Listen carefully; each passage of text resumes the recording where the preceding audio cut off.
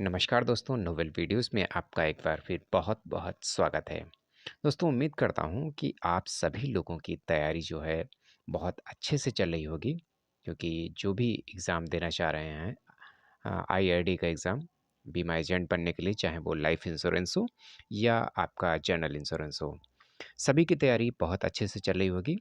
और उसी कड़ी में आज मैं फिर आपके लिए वीडियो लेके आया हूँ और स्टार्ट करता हूँ पहले क्वेश्चन से कि निम्नलिखित में कौन-सा एक अमूर्त उत्पाद है?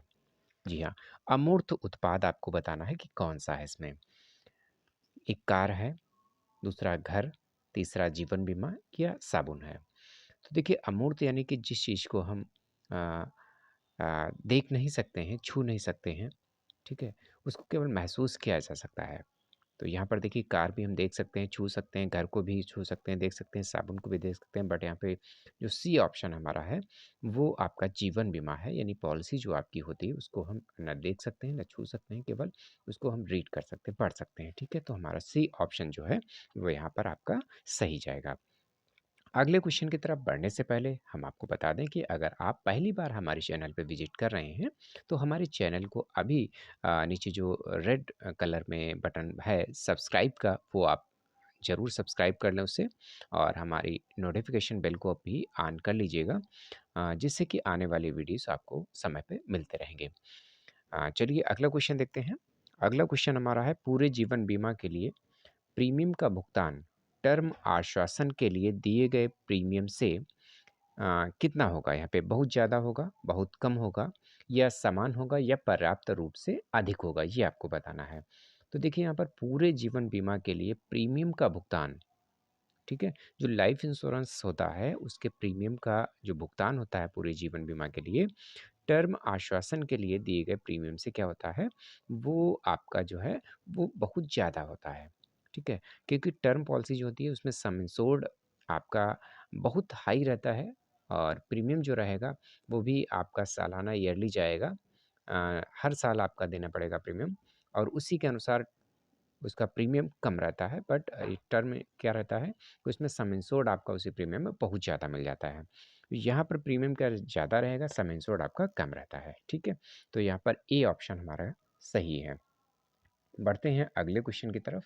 अगला क्वेश्चन हमारा है कि यहाँ पर पहले आपको फिलअप करना है कि जीवन बीमा व्यक्ति की मृत्यु की स्थिति में एक पॉलिसी धारक के बंधक को भुगतान करता है, यानी कि जो नॉमिनी होता है उसको भुगतान करता है। जीवन बीमा की में मृत्यु की स्थिति में क्या रहता है, एक अवधि पर, एक बंधक जीवन बीमा पॉलिसी में, या पूरा का पूरा, या अक्षय निधि।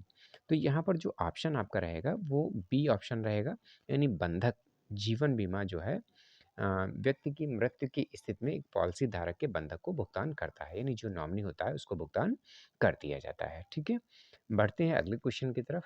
अगला क्वेश्चन हमारा है आपके जीवन बीमा के प्रति आपके द्वारा प्रदत्त प्रीमियम, यानी आप जो पॉलिसी आपने ले रखी है उसके लिए जो आप प्रीमियम भरते हैं, वो प्रीमियम आपकी मृत्यु मृत्यु की स्थिति में लाभार्थी को मुआवजा दिया जाएगा, ठीक है? कितना दिया जाएगा वो आपको यहाँ पे बताना है। ए ऑप्शन है उच्चतर उच्चतर, यानी हाई से हाई वाला, या कम या उच्चतर, ठीक है? या उच्चतर या कम, या तेज या धीमा। तो यहाँ पे जो ऑप्शन है, तो देखिए जो सम इंश्योर्ड रहता है, ठीक है?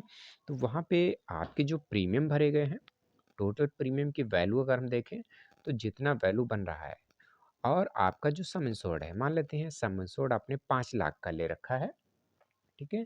कोई कैजुअल्टी हो जाती है तो 5 लाख प्रीमियम, जो सम इंश्योर्ड है 5 लाख का, और उसके लिए जो आपने प्रीमियम भरे हैं, सपोज़ करते हैं प्रीमियम आपने 2.5 लाख का, 3 लाख का भरा हुआ है, बट यहाँ पे आपका सम एश्योर्ड 5 लाख का है, तो जो सबसे ज़्यादा है, हाइयर है आपका, यानी वो वैल्यू आपको सम एश्योर्ड के रूप में मिल जाएगी, यानी कि आपका क्या बनेगा, 5 लाख की राशि क्लेम आपको मिलेगा। तो यहाँ पे ए ऑप्शन जो आपका सही रहेगा, वो उच्चतर उच्चतर जो है वो आपका सही रहेगा, यानी कि उसमें से जो हाई पे ही जो रहेगा वो आपको वैल्यू मिलती है, ठीक है? अगले क्वेश्चन की तरफ बढ़ते हैं। अगला क्वेश्चन हमारा है कि टर्म इंश्योरेंस प्लान के संबंध में निम्न में से कौन सा विकल्प सही है? जी, टर्म इंश्योरेंस प्लान अगर आप लोग नहीं जानते हैं तो मैंने भी पिछली बार वीडियो में क्लियर किया हुआ है। फिर से मैं आपको बता देता हूँ कि टर्म इंश्योरेंस प्लान में क्या रहता है कि प्रीमियम आपका लगभग आपके लाइफ इंश्योरेंस के बराबर ही रहता है। और उसमें जो आपका सम इंश्योर्ड रहता है, वो एक रिस्क कवर के रूप में रहता है। रिस्क को कवर किया जाता है उसमें टर्म इंश्योरेंस प्लान में।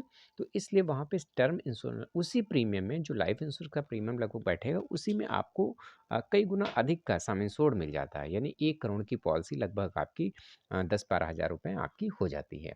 बट यहाँ पे लाइफ इंश्योरेंस पॉलिसी अगर 10-12 हज़ार रुपए का प्रीमियम दे करके हम ले रहे हैं ईयरली में, तो आपका लगभग 1 लाख, 2 लाख या 3 लाख के आसपास ही समथिंग बैठेगा जा करके। तो यहाँ पर क्या है कि टर्म इंश्योरेंस प्लान में कम प्रीमियम दे करके हम हाई जो है रिस्क कवर कर सकते हैं, ठीक है? बट यहाँ पर मनी बैक की कोई गारंटी नहीं रहती है। मनी बैक यहाँ पे पैसा नहीं होता है आपका जो भी प्रीमियम आप भरते हैं। बट लाइफ इंश्योरेंस में क्या रहेगा कि आप जो प्रीमियम भर रहे हैं, वो एक टर्म के बाद में आपको जो है वापसी उसकी हो जाती है, ठीक है? पूरी मैच्योरिटी पे आपको पूरा लाभ दे दिया जाता है। बट टर्म इंश्योरेंस प्लान केवल रिस्क कवर के रूप में कवर करता है। यहाँ पर कोई भी पैसे की वापसी नहीं होती है, ठीक है? तो इसका क्वेश्चन का आंसर हम देख लेते हैं। कौन सा विकल्प सही है टर्म इंश्योरेंस प्लान से संबंधित? तो ए टर्म इंश्योरेंस योजना आजीवन नवीनीकरण विकल्प के साथ आती है। बी सभी टर्म इंश्योरेंस प्लान एक अंतर्निहित विकलांगता सवार के साथ आते हैं। सी टर्म इंश्योरेंस एक अकेले नीति के साथ साथ अन्य नीति के साथ एक सवार के रूप में खरीदा जा सकता है। डी टर्म इंश्योरेंस प्लान में कोई प्रावधान नहीं है, इसे पूरी जीवन बीमा योजना में बदलना है। तो देखिए यहाँ पर ए ऑप्शन भी आपका सही नहीं है, बी भी नहीं है और डी भी नहीं सही है। यहाँ पर सी ऑप्शन जो है वो आपका सही है। यानी कि टर्म इंश्योरेंस प्लान एक अकेले नीति के साथ साथ अन्य नीति के साथ साथ सवार के रूप में खरीदा जा सकता है, ठीक है? ये ध्यान रखिएगा। अगला क्वेश्चन देखते हैं। कम अवधि के बीमा में जो कम टर्म का प्लान होता है, जैसे कि कुछ प्लान होते हैं कि 30 साल के होते हैं, 20 साल का होता है, 25 साल का होता है, इससे भी कम होता है, 10 साल की अवधि भी रहती है बीमा की। तो कम अवधि में, ठीक है, प्रीमियम के साथ-साथ भुगतान किया, यानी बढ़ना, कम होना, स्थिर रहना या लौटाए गए। तो देखिए यहाँ पर क्या है, क्वेश्चन कह रहा है, क्लियर नहीं हो पा रहा है, तो मैं आपको क्लियर कर देता हूँ। कम अवधि के बीमा में प्रीमियम के समय के साथ-साथ भुगतान किया है। जैसे शॉर्ट टर्म का आप इंश्योरेंस ले रहे हैं और कम उम्र है, तो जो प्रीमियम आपका एक बार निर्धारित हो जाएगा, वही प्रीमियम आपका लाइफ इंश्योरेंस में चलता रहेगा। यहाँ पे क्वेश्चन आपका थोड़ा-सा क्लियर नहीं हो पा रहा था, इसलिए मैं क्लियर कर रहा हूँ आपको कि ऐज के साथ-साथ जो है फैक्टर के साथ में सम इंश्योर्ड के साथ आपकी प्रीमियम भी बढ़ती रहती है। बट एक बार जो आपने प्रीमियम कम समय में ले लिया, यानी कम उम्र में लिया है, वो प्रीमियम उतना ही आपका चलता रहता है, आपकी जितनी टर्म होती है पॉलिसी की, ठीक है? तो यहाँ पर जैसे मान लेते हैं कि आपकी उम्र 20 साल है, 20 साल पे आपने जो प्रीमियम भरना है आपको, 1 लाख इंश्योरेंस पे मान लेते हैं कि आपको 4,000 रुपए ईयरली भरना है, तो 4,000 रुपए ईयरली ही आपका प्रीमियम चलता रहेगा, ठीक है?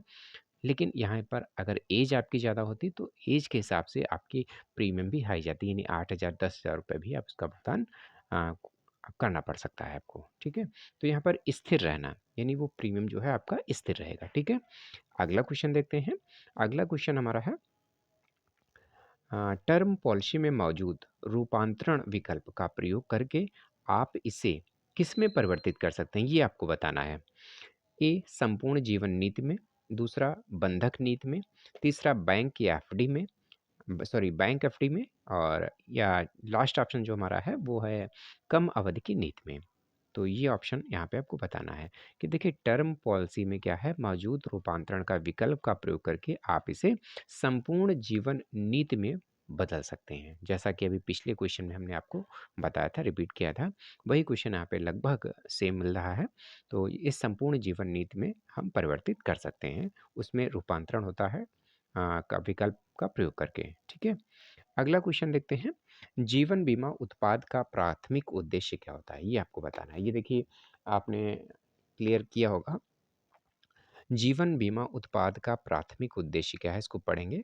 ए कर छूट, बी सुरक्षित निवेश एंड एवेन्यू, तीसरा किसी व्यक्ति की उत्पादक क्षमताओं के आर्थिक मूल्य के नुकसान के खिलाफ संरक्षण, और डी ऑप्शन जो हमारा है वो है धन संचय, ठीक है?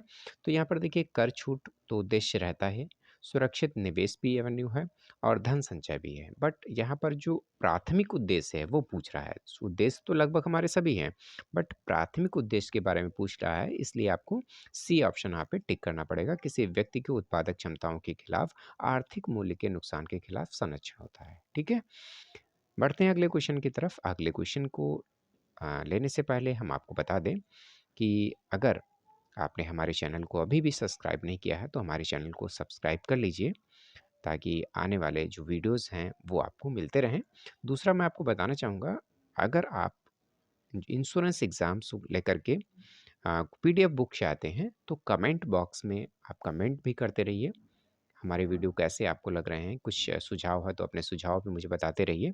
साथ ही साथ अगर आप ईमेल आईडी मुझे दे देते हैं कमेंट में, तो आपकी मेल आईडी पर मैं एक पीडीएफ बुक सेंड कर दूँगा, जिसको कि आप आसानी से पढ़ सकते हैं और भी क्वेश्चंस उसमें से पुट अप किए जा सकते हैं। उसको रीड कर लीजिएगा अच्छी तरह से और एग्ज़ाम के लिए बहुत ही हेल्पफुल वो बुक साबित होगी। अगर आप चाहते हैं तो कमेंट बॉक्स में जाकर के अभी ईमेल आईडी अपनी आप सेंड कर दीजिए मुझे। चलिए अगले क्वेश्चन को देखते हैं। निम्नलिखित में से कौन सा सबसे अच्छा एक अवधि की योजना खरीदने की सलाह दे सकता है? ठीक है, ए, एक व्यक्ति को बीमा अवधि के अंत में धन की आवश्यकता होगी। ठीक है, दूसरा, एक व्यक्ति को बीमा की जरूरत है और एक उच्च बजट है उसके पास। सी, एक व्यक्ति को बीमा की जरूरत है लेकिन कम बजट है उसके पास। और डी ऑप्शन है, एक व्यक्ति को बीमा उत्पाद की आवश्यकता होती है जो उच्च लाभ देता है। ठीक है, तो यहाँ पर आपको बताना है कि निम्नलिखित में कौन सा सबसे अच्छा एक अवधि की योजना खरीदने की सलाह दे सकता है। तो देखिए, एक व्यक्ति को बीमा की जरूरत है लेकिन कम बजट है। ठीक है, तो ये सबसे अच्छा है, खरीदने की सलाह वो दे सकता है। अगर आपका कम बजट है, कम बजट में आप बीमा पॉलिसी ले सकते हैं। ठीक है, तो ये विकल्प बहुत ही अच्छा है, तो सी ऑप्शन आपका सही है। बढ़ते हैं अगले क्वेश्चन की तरफ। कम अवधि के आश्वासन के संबंध में निम्न में से कौन सा बयान गलत है? कम अवधि के आश्वासन के संबंध में निम्न में कौन सा बयान गलत है, वो बताना है आपको। ए ऑप्शन हमारा है, कवरेज की अवधि के साथ मृत्यु लाभ राशि घट जाती है। बी, कवरेज की अवधि के साथ प्रीमियम राशि घट जाती है। सी, प्रीमियम पूरे अवधि में स्थिर रहता है, यानी स्थिर रहेगा। और डी ऑप्शन है, बंधक मोचन योजना घटती अवधि की आश्वासन योजनाओं का एक उदाहरण है। तो ये आपको बताना है। देखिए, कम अवधि के आश्वासन के संबंध में जो मैंने अभी आपको बताया था कौन सा गलत है, कि प्रीमियम पूरे अवधि में स्थिर रहता है। ठीक है, ये आपका ऑप्शन सही है यहाँ पर। अगला क्वेश्चन देखते हैं। एंडोमेंट इंश्योरेंस प्लान के संबंध में निम्न में कौन सा कथन सही है? एंडोमेंट प्लान जो होते हैं, यानी बंदोबस्ती प्लान जिसको हम बोल सकते हैं, उसमें कौन सा कथन कथन सही है वो आपको बताना है। ए, इसमें से मृत्यु लाभ घटक ही है। बी, इसमें उत्तरजीविता लाभ घटक ही है। सी, इसमें मृत्यु लाभ दोनों के साथ साथ एक अस्तित्व घटक भी है। डी, एक टर्म प्लान के समान है। ये आपको बताना है। तो इसका जो है, इसमें मृत्यु लाभ दोनों साथ-साथ एक अस्तित्व घटक भी हैं, ये यहाँ पे रहते हैं। यानी मृत्यु लाभ और घटक अस्तित्व के साथ घटक भी हैं, दोनों एक साथ-साथ रहेंगे, इसलिए यहाँ पर ये एंडोमेंट प्लान के संबंध में कथन सही आपका है। यानी मृत्यु नहीं होती है, डेथ नहीं होती है, पॉलिसी टर्म खत्म हो जाता है, उसके बाद जो मैच्योरिटी होती है वो उस पॉलिसी धारक को दे दी जाती है। अगर कोई कैजुअल्टी हो जाती है, मृत्यु लाभ भी मिलता है और उसका जो कैपिटल अमाउंट है वो भी उसको बोनस के साथ में उसको रिटर्न करे, यानी दोनों चीज़ें उसको मिलती हैं, इसलिए ये ऑप्शन आपका सही है। अगला क्वेश्चन देखते हैं। नीचे दिए गए धन में कौन सा एंडोमेंट इंश्योरेंस प्लान का उदाहरण है? बंधक छूट योजना, दूसरा क्रेडिट लाइफ इंश्योरेंस प्लान, तीसरा मनी बैक प्लान और चौथा है होल लाइफ प्लान।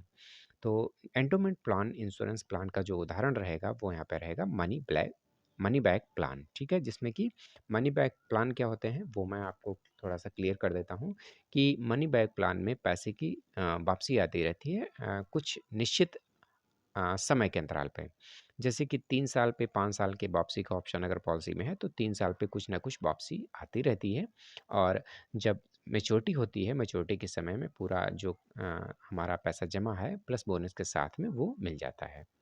ठीक है? यानी कि अगर हम वापसी नहीं लेंगे तो पूरा कैपिटल अमाउंट जो हमने जमा किया है वो प्लस बोनस पूरा हमें मिलेगा, बट यहाँ पर जो हम वापसी ले चुके हैं वो वापसी घटा करके पैसा हमको रिटर्न कर दिया जाएगा सम एश्योर्ड के साथ में। तो इस तरह से हमने देखा आज के ये 12 क्वेश्चन। अगले मिलते हैं अगले वीडियो के साथ में, तब तक के लिए नमस्कार।